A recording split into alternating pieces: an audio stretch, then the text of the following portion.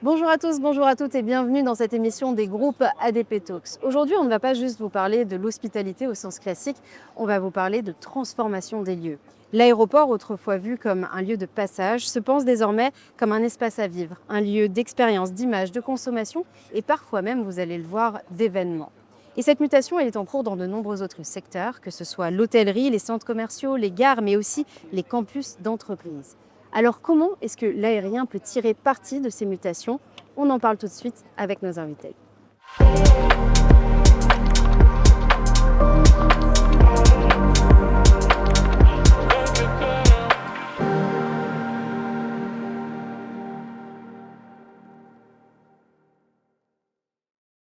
Mathieu Daubert, bonjour. Bonjour. Vous incarnez vraiment la volonté du groupe ADP de penser l'aéroport plutôt comme un lieu de vie, pas seulement de transit. Vous êtes le directeur général adjoint en charge du retail, de l'hospitalité et de l'expérience client. Vous êtes vraiment à l'intersection en fait du commerce, du service et de l'émotionnel, puisque vous travaillez à faire des terminaux des espaces à haute valeur ajoutée relationnelle. Merci beaucoup d'être avec nous aujourd'hui. Merci à vous. Vangelis Panayotis, vous disposez d'une vision internationale et chiffrée de la transition des comportements voyageurs. Vous êtes le président et CEO de MKG Consulting et du média professionnel Hospitality On. Vous êtes expert de l'industrie hôtelière, de la mobilité et des grandes tendances du tourisme et vous challengez les modèles établis pour pousser à une lecture plus lucide, plus prospective des attentes clients. Merci également d'être avec nous. Merci Julien. Et Pierre-François Lelouet, bonjour. Bonjour. Merci d'être là. Vous êtes un observateur pointu des mutations sociétales et culturelles et vous accompagnez des marques, des entreprises dans leur repositionnement stratégique. Vous êtes le président de Nelly Rodi. C'est un cabinet de conseil en innovation et en tendance et vous décryptez les signaux faibles, les nouvelles attentes des consommateurs, les imaginaires collectifs. On va en parler dans un instant pour essayer de les faire basculer. Merci beaucoup. Avant de débuter cette émission, je voudrais aussi saluer Luc Tesson, qui est ici avec nous, dessinateur qui va nous accompagner en fait tout au long de l'émission et nous proposer des croquis pour illustrer justement tous les propos que nous tiendrons ici sur scène. En tout cas, un grand merci à chacun d'entre vous. Alors peut-être pour commencer, j'aurais envie d'interroger ce que chacun met derrière ce mot hospitalité. Qu'est-ce que ça veut dire exactement et est-ce qu'il y a peut-être un exemple récent d'un endroit que vous avez pu voir, que vous avez pu découvrir et qui vous a interpellé et qui vous a peut-être donné des indications sur comment l'hospitalité est en train de changer aujourd'hui. Mathieu.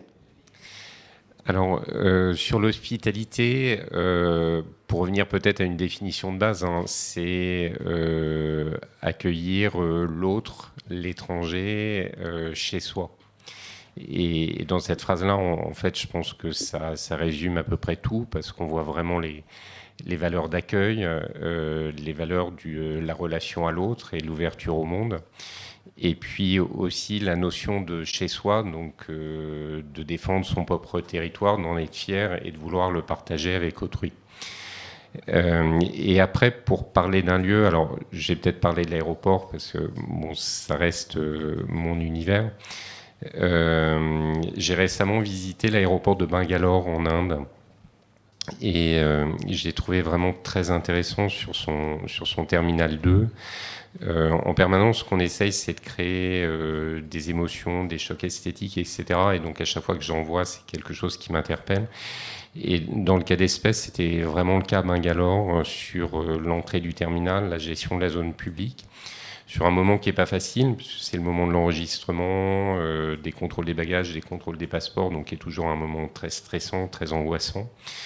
Et là, je trouve qu'ils l'ont fait de manière vraiment remarquable, à la fois en termes de design, puisque le lieu est objectivement très beau, une vraie recherche esthétique, avec une vraie simplicité aussi, puisqu'ils travaillent sur des matériaux très simples, des habillages en bambou, une grande présence de végétal, des grandes structures végétales qui pendent au plafond. Mais au-delà de ça, en fait, ce qui m'a vraiment interpellé et ce qui m'a vraiment marqué, c'est que le design a une vocation esthétique, mais il a aussi une vocation fonctionnelle et très orientée autour du travail des émotions, avec cette volonté de voir dans quel état émotionnel est mon passager et quelle réponse je peux arriver à faire par le lieu.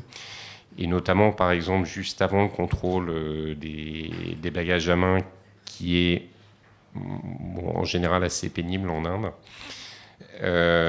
Ils ont fait un long couloir végétal avec des murs végétaux de part et d'autre, des petits bruits d'oiseaux, une chute d'eau au fond, et qui en fait est vraiment fait pour apaiser le passager, le mettre dans un état vraiment de zénitude avant d'affronter ce moment difficile. Et ça, j'ai trouvé ça vraiment remarquable, justement pour arriver à travailler et accompagner le passager dans les différentes étapes de son parcours à l'aéroport. Merci beaucoup. Vangelis ? Oui, alors pour compléter ce que dit Mathieu, l'hospitalité, c'est d'une certaine façon la richesse du cœur, parce que vous allez y retrouver la sincérité, l'authenticité et de l'empathie. Peut-être une petite expérience aussi pour qu'on voit ce que ça peut donner. Je vais prendre l'hôtellerie, chacun son domaine, Mathieu. Et donc je suis arrivé dans un hôtel, je fais mon check-in, je vois que j'ai la voix un peu enrouée, et on m'amène très gentiment une petite tisane avec du miel. Je dis c'est adorable, c'est très bon. Qu'est-ce que c'est ? Je me renseigne 2-3 minutes. Je fais mon expérience et au moment du check-out, je revois cette même personne qui me dit « Je savais que vous alliez partir, je vous ai fait un petit sachet avec la préparation que je vous avais faite et voilà un petit pot de miel qui en fait est le miel du toit de l'hôtel et voilà, on est très content que vous gardiez ce souvenir. » Et ça, c'est mémorable. C'est quelque chose que money can't buy, comme on dit. Et donc, ça m'a vraiment marqué. Peu importe ce que j'ai vécu comme expérience matérielle, cette partie-là, elle a été mémorable et unique et elle allait au-delà de mes attentes. Et je pense que cette logique d'arriver à designer ce type d'expérience, à positionner au-delà du produit, mais les humains au cœur de cette étincelle d'empathie, je pense que c'est ça, cette petite magie qu'on met derrière l'hospitalité. Merci beaucoup. Alors l'hospitalité, oui, l'art d'accueillir, l'art de développer une relation entre un hôte et son invité. Et c'est important ce mot art que vous utilisez. Oui, parce qu'on voit bien que c'est quelque chose de plus en plus sophistiqué. Et puis l'autre mot, on l'a dit, c'est aussi relation. Hein. Il s'agit de relations extrêmement humaines et donc de sentiments très humains et de développer une mémoire positive autour de cette expérience d'hospitalité devient un enjeu absolument majeur.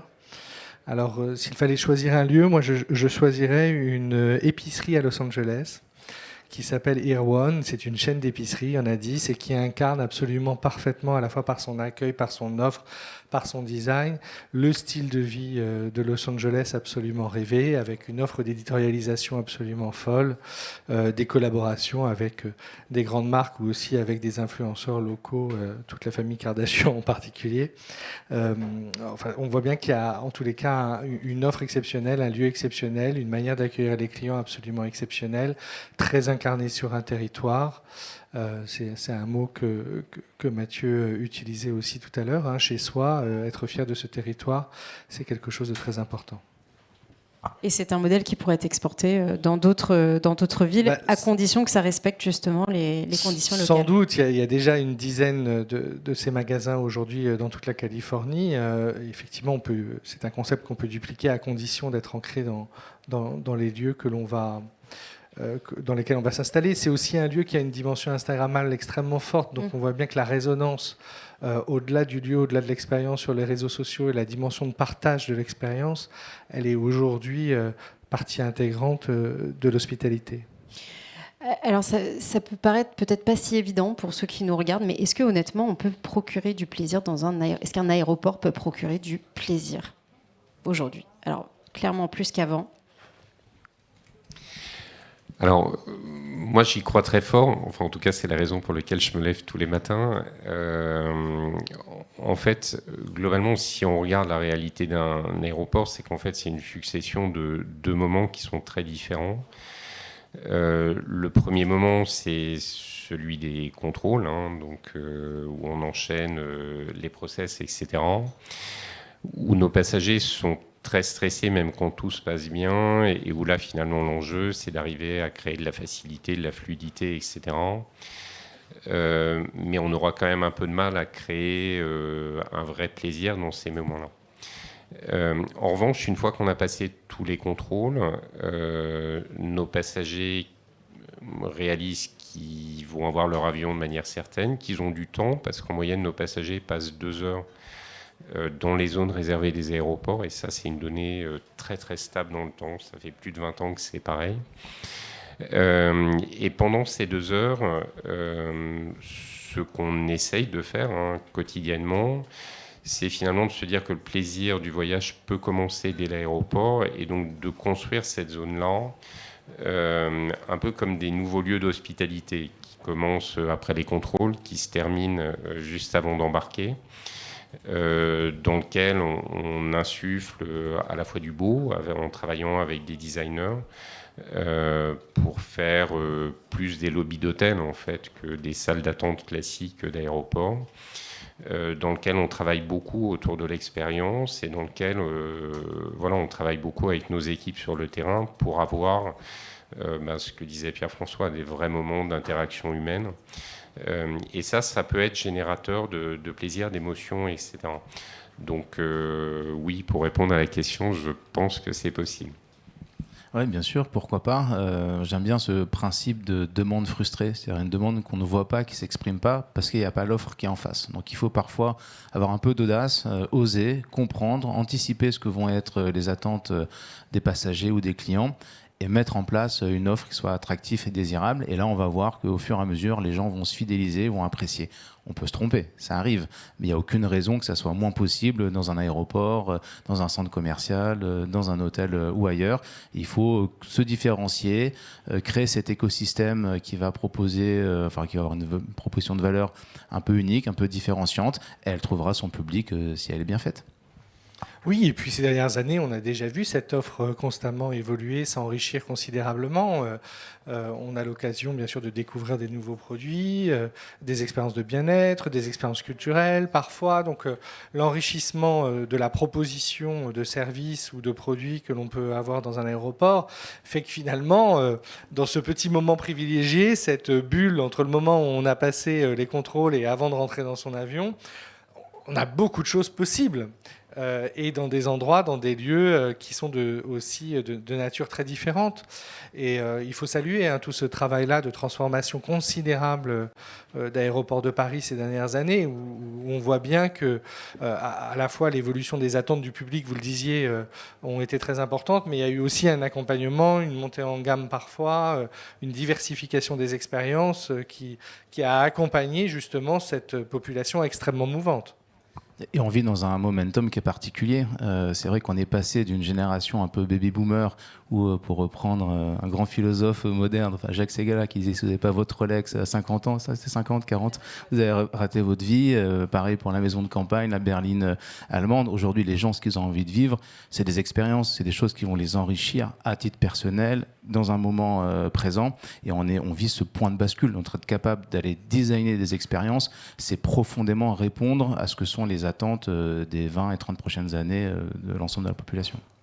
Oui, et puis le voyage en lui-même est devenu quelque chose effectivement de beaucoup plus important que par le passé. Et cette première ou cette deuxième étape qu'est l'arrivée dans l'aéroport est devenue quelque chose que l'on doit magnifier en fait, parce que c'est souvent l'expérience d'une vie, un voyage. Alors vous parlez de l'arrivée dans l'aéroport, mais en fait l'expérience du voyageur commence même avant ça, avant d'aller à l'aéroport. C'est la logique de l'expérience étendue. On va peut-être rentrer dans le vif du sujet, un petit peu la stratégie que vous avez chez Groupe ADP pour développer cette hospitalité à travers des boutiques digitales, notamment Extime. Est-ce que vous pouvez nous raconter, vous m'avez dit tout à l'heure, c'est un petit peu comme un club, c'est comme ça qu'on l'a pensé. Alors, en fait, Extime, c'est une marque qu'on a créée pour incarner les savoir-faire du groupe ADP en termes d'hospitalité, et notamment pour marquer ce moment très particulier dont je parlais tout à l'heure, qui est celui après les contrôles et avant l'embarquement. Avec cette idée, en fait, de créer une espèce de collection d'hôtels dans lequel on ne dort pas, mais dans lequel on vit toute une série d'expériences, dans lequel on ressent des émotions. Et un peu comme une chaîne d'hôtels, effectivement, se dire que on soutient, on construit un écosystème digital avec un programme de fidélité, une marketplace, extime.com, et qui a pour vocation, en fait, pour nous, de nous permettre d'interagir avec nos passagers en amont de leur arrivée à l'aéroport. Alors, c'est un point très important parce que ce qu'on voit depuis une quinzaine d'années, c'est une évolution très majeure du comportement de nos passagers qui maintenant préparent beaucoup plus leur arrivée à l'aéroport. Donc on a des études qui disent que 80% de nos passagers préparent ce qu'ils vont faire à l'aéroport en amont. Ça peut être quoi, par exemple? L'enregistrement, évidemment, mais... Ça peut être la réservation d'un service comme à Lounge, ça peut être préparer une expérience de shopping, ça peut être préparer une expérience de divertissement, etc. Donc penser quelque part ce moment, comme quand on réserve une expérience dans un voyage, se dire qu'on le fait aussi à l'aéroport. Et ça, du coup, ça pose la question de comment est-ce qu'on arrive à interagir avec nos passagers pour les aider en fait à construire le programme de leur visite, l'optimiser. Le scénario le pire pour nous, c'est un passager qui arrive hyper à la bourre à l'aéroport parce qu'en fait, à la fois, il va être hyper stressé de rater son avion et ce qu'il va vivre de l'aéroport, c'est uniquement les moments de contrôle en se disant à tout moment que c'est très compliqué. Et donc en interagissant avec eux en amont, on peut à l'inverse leur dire que ça vaut le coup de passer plus de temps chez nous et leur expliquer pourquoi et dire que c'est pas uniquement pour être un peu plus zen dans le passage des contrôles, mais c'est aussi parce qu'il y a ce moment de plaisir et d'expérience et donc leur montrer en fait toute la panoplie de ce qu'on offre et d'arriver à avoir des propositions les plus ciblées possibles par rapport à qui ils sont. Alors, ça, c'est Extime, c'est donc une marque que vous avez créée, mais vous avez aussi racheté un groupe qui s'appelle Paris Experience Group. Et concrètement, c'est aussi ça qui vous permet d'être en relation avec les passagers avant qu'ils arrivent à l'aéroport, ou en tout cas de commencer à interagir avec eux. Oui, alors, Paris Experience Group, c'est le leader de l'expérience touristique à Paris. Donc, le leader en termes de visite de grands monuments, la Tour Eiffel, le Louvre, le Château de Versailles, etc., mais aussi sur la Seine. Puisqu'ils ont une douzaine de bateaux. Ce qui nous intéresse en fait dans l'acquisition de Paris Experience Group, c'est de pouvoir offrir à nos passagers une expérience extrême qui ne se passe pas uniquement à l'aéroport, mais qui se passe à la fois dans Paris et à l'aéroport, avec un certain nombre de marqueurs communs, des valeurs qui sont communes, et une garantie aussi d'une qualité d'expérience, etc. Et donc, en faisant ça, on augmente notre proposition de valeur et on peut aussi interagir plus tôt avec nos passagers. Et typiquement, quand on aura un touriste étranger, un Américain qui vient à Paris et qui voudra réserver une visite à la Tour Eiffel, ça sera pour nous le point de départ pour après en fait construire une histoire plus longue et qui se prolongera jusqu'à son séjour à l'aéroport avant de repartir chez lui. Alors, il y a un gros enjeu aussi, évidemment, dans les aéroports, mais partout ailleurs, dans tous les autres secteurs aussi, c'est la fluidité. À propos des aéroports, vous avez vraiment identifié le problème des personnes qui sont en correspondance. C'est vraiment quelque chose que vous avez dû adresser, vous assurer que vous puissiez leur apporter d'autres services. Pourquoi c'est si important de cibler les gens qui sont en transit, qui sont en correspondance ? Alors, la correspondance est essentielle pour un aéroport comme Charles de Gaulle, qui est un grand hub international. C'est essentiel parce que alors c'est un enjeu qu'on partage totalement avec Air France et où nos destins sont complètement liés. Mais on a une espèce de concurrence féroce entre les grands hubs internationaux de correspondance. Une concurrence avec d'autres aéroports européens comme Francfort, comme Schiphol à Amsterdam, mais aussi et surtout avec les grands aéroports du Golfe, donc Dubaï, Doha et puis Istanbul en Turquie. Et cette concurrence en fait se joue effectivement dans la vente de la correspondance, mais là aussi beaucoup d'effets collatéraux, notamment sur l'attractivité et la compétitivité en termes de tourisme. Parce que la correspondance, c'est ça qui permet de remplir les vols. Et donc, c'est ça qui permet aussi de développer la connectivité et d'augmenter la connectivité de Paris au monde. Et d'ailleurs, on le voit quand on regarde les évolutions, un aéroport qui est très bon en correspondance se développe aussi beaucoup en tourisme, et les deux sont très liés. Donc pour nous, c'est essentiel d'avoir un hub de correspondance qui est puissant. Et voilà, c'est quelque chose auquel on s'attache énormément avec Air France et où on doit arriver à travailler effectivement un hub qui se différencie de nos concurrents, à la fois en termes de fluidité, de facilité, donc on va dire les grands basiques de l'aéroport, En termes d'expérience, on en a parlé, et notamment montrer l'expérience France. On a tellement de belles choses dans le pays qu'on doit, enfin, en les incarnant à l'aéroport, on a quand même quelque chose qui peut être très différent de ce qui se passe dans les autres aéroports. Et puis aussi montrer nos différences en termes de durabilité, qui est un enjeu aujourd'hui essentiel dans le transport aérien. Quand on vous entend parler, on imagine aussi que c'est pas forcément évident de trouver le juste équilibre entre apporter de la beauté, par exemple, mais s'assurer que les usages continuent à être fluides, cohérents. Donc on imagine qu'il y a beaucoup voilà, que vous y réfléchissez de manière holistique. Je voudrais savoir comment vous voyez les choses justement sur cette idée d'une expérience peut-être étendue, s'occuper du voyageur avant qu'il arrive, pendant et après. Pourquoi c'est si important ? Peut-être parce que c'est une attente justement de ses clients, de ses consommateurs, et que cette attente, on le disait tout à l'heure, elle évolue, elle se complexifie et elle doit s'incarner dans des lieux qui sont de plus en plus singuliers.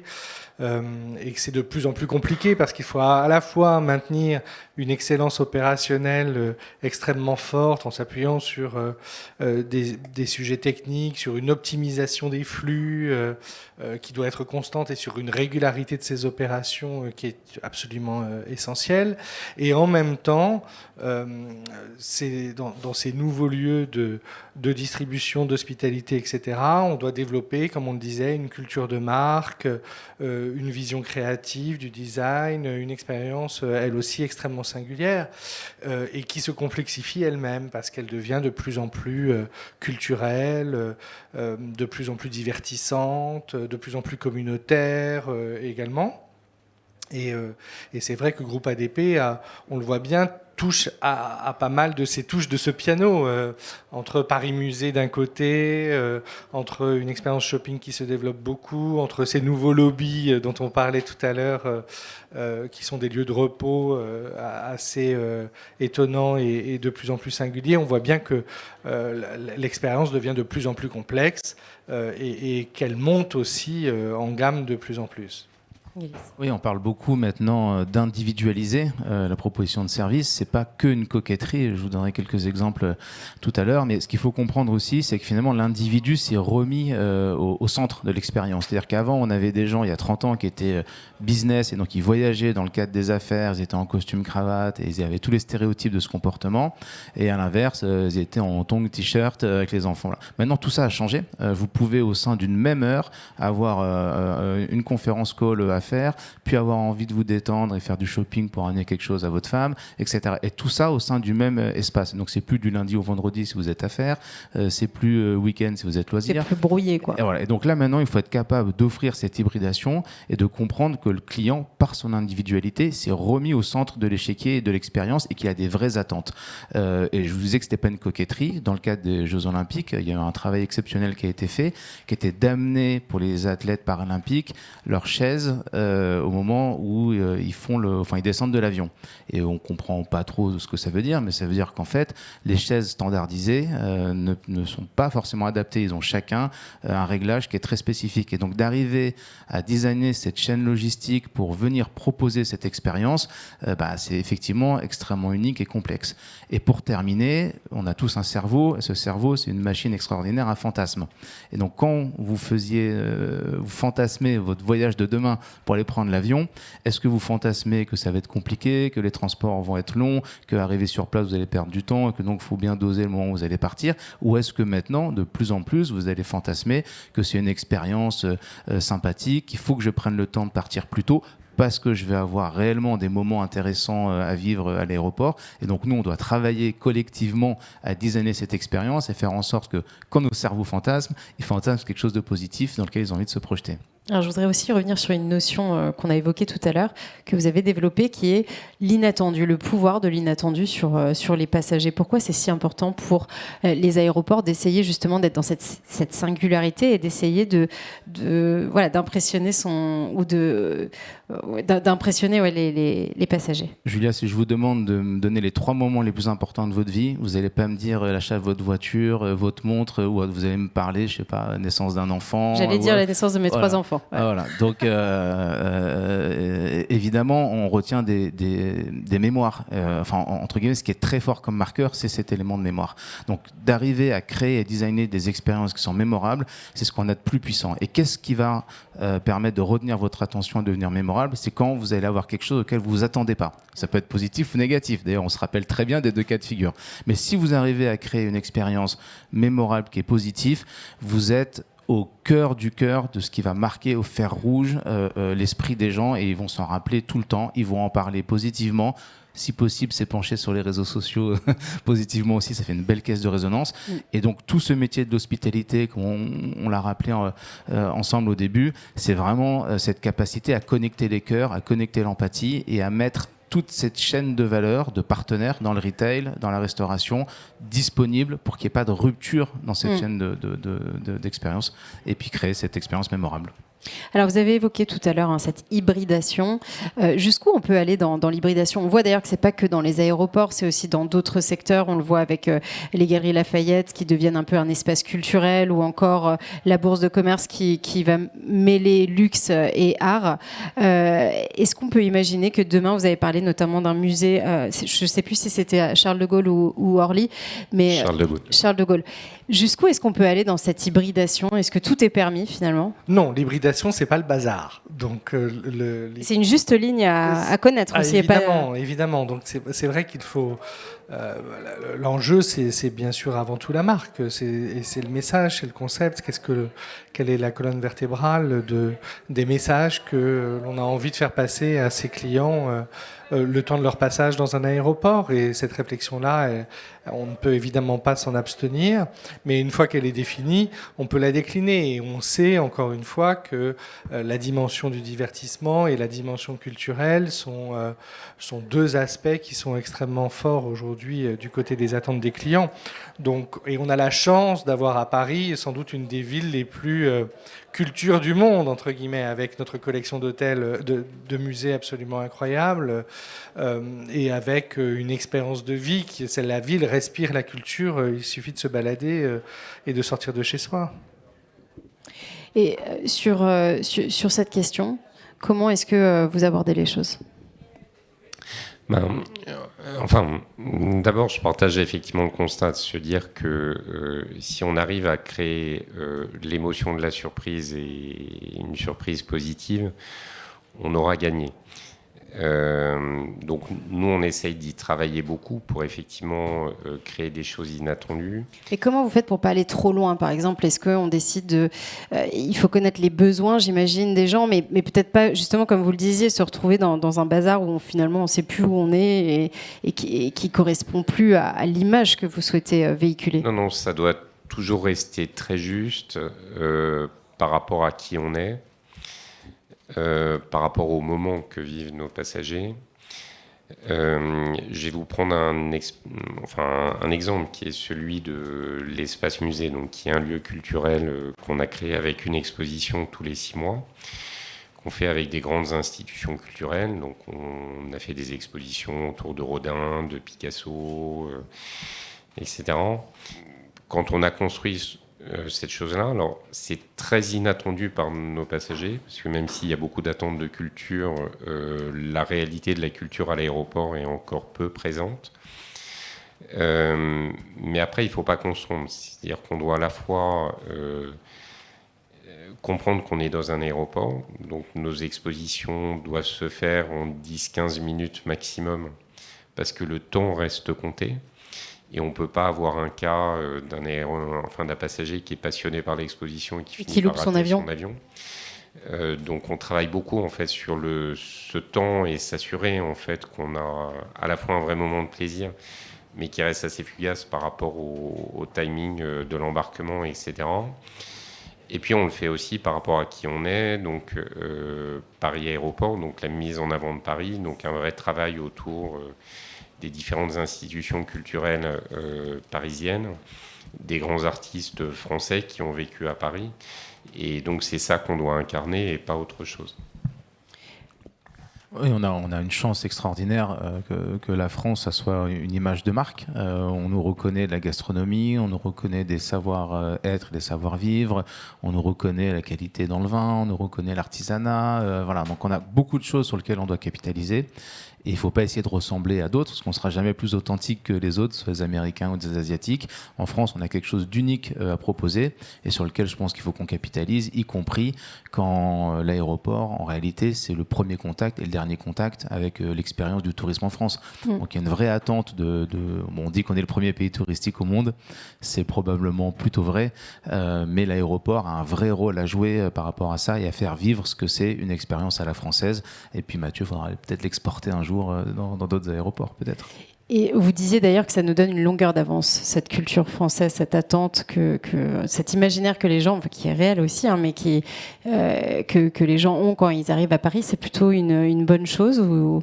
Oui, mais ça nous oblige à être à la hauteur de cette promesse. Hein. C'est sûr que si les gens viennent et se disent en France on mange très bien, il y a une super gastronomie, et puis qu'ils arrivent et ils mangent des trucs pas très terribles ou autres, ils vont être déçus. Et là, on sait qu'à l'inverse, ça peut être un moteur qui est assez puissant, mais plutôt négatif. Donc on a une chance d'avoir dans le fantasme dont on parlait tout à l'heure quelque chose de positif. Il faut qu'on réponde à ces attentes, et ça nous oblige à bien nous coordonner pour arriver à être à la hauteur de la promesse, et c'est ce qui fait qu'on est plutôt unique. Alors, ce qui est intéressant, c'est que ça peut paraître cliché, mais ça se vérifie. Vous avez parlé de la France et de la gastronomie, mais vous avez aussi parlé de l'aéroport de Singapour en disant, finalement, si on arrive à Singapour et qu'on a une expérience digitale qui est pas bonne, parce qu'on arrive avec cette idée que Singapour et l'Asie sont peut-être des pays qui développent beaucoup plus l'électronique, ça peut créer une dissonance, une expérience désagréable. Alors, encore une fois, ça peut paraître cliché, mais c'est réel. C'est-à-dire que notre imaginaire, il faut le prendre en compte, notre imaginaire culturel. Oui, alors ce qui est aussi intéressant, c'est que les étrangers n'ont pas tous la même perception de Paris. Donc ce mot de justesse qui a été utilisé tout à l'heure par Mathieu, il est effectivement tout à fait approprié. C'est voir ce qu'il y a en commun, comprendre les différences parfois, et puis surtout donner une image du Paris d'aujourd'hui, enfin du voyage d'aujourd'hui, de la vie contemporaine. Comment est-ce qu'on arrive à faire vivre tout cela dans un lieu? Ça doit faire partie effectivement des enjeux importants du groupe ADP à Paris. Alors, vous avez parlé tout à l'heure, Mathieu, d'une compétition féroce avec d'autres aéroports internationaux. Il s'avère que l'aéroport Charles de Gaulle est très bien classé par le classement Skytrax. Qu'est-ce qui aujourd'hui, quels sont les points sur lesquels vous avez besoin de travailler? Qu'est-ce que vous avez identifié encore comme point d'amélioration par rapport à ce que vous voyez ailleurs, par rapport à ce qui se développe? En fait, alors effectivement, on a beaucoup progressé dans le classement Skytrax pour rejoindre le top 10 mondial et être depuis 4 années maintenant le meilleur aéroport en Europe. Le numéro 1 en Europe. Ouais, numéro 1 en Europe. Ce qui est très bien aussi, c'est que Air France fait la même chose sur le classement des compagnies aériennes. Et s'est installé aussi de manière durable dans le top 10 et avec le meilleur classement des compagnies d'Europe de l'Ouest. Donc, et ça, le binôme reste essentiel parce que de toute façon, enfin, ce que je disais tout à l'heure, nos destins sont liés et on ne réussira qu'ensemble. Alors, dans les points qu'on doit continuer à travailler, il y en a quelques-uns. Un des premiers points importants et qui est très lié en fait à la configuration unique de Charles de Gaulle, qui est en fait un très grand hub mais composé de petits terminaux. Alors ça c'est très bien parce que du coup il y a peu de distance à parcourir, les temps de marche sont courts, etc. Mais en revanche la complexité quand on est en correspondance, c'est qu'il faut arriver à relier les différents terminaux. Et jusqu'à présent, on essayait plutôt de se mettre dans une configuration où tous les terminaux étaient liés les uns aux autres. Et puis aussi avec un nombre important de terminaux, donc une question sur comment on arrive à bien orienter les passagers avec cette multiplicité en fait de combinatoires. Et donc dans les grandes évolutions qu'on est en train de réfléchir, et ça c'est une évolution très très majeure des années à venir à Charles de Gaulle, c'est de changer de paradigme sur la correspondance en disant qu'on passe un paradigme où tous les terminaux doivent être reliés entre eux, pour aller dans un paradigme où les terminaux sont tous reliés à un train, une espèce de métro en fait, qui les relie les uns aux autres, qui va apporter du coup une grande simplicité en fait dans nos parcours. Et puis on va également réfléchir à changer la dénomination de nos terminaux pour simplifier fortement ça dans les quelques années qui viennent. Et ces deux éléments vont être totalement clés. L'autre point pour moi qui est vraiment clé, c'est la question de la liaison à la ville. Et notamment sur les transports publics. Charles de Gaulle, historiquement, est assez peu connecté à Paris, avec uniquement le RER-B, mais qui a une double vocation d'être aussi un transport du quotidien pour de très nombreux voyageurs. Et qui a sa réputation qui est celle qu'elle est, c'est-à-dire c'est compliqué, la ligne B. Pas toujours la meilleure expérience. On est d'accord. En termes d'expérience, là, effectivement, c'est bien aléatoire. D'amélioration.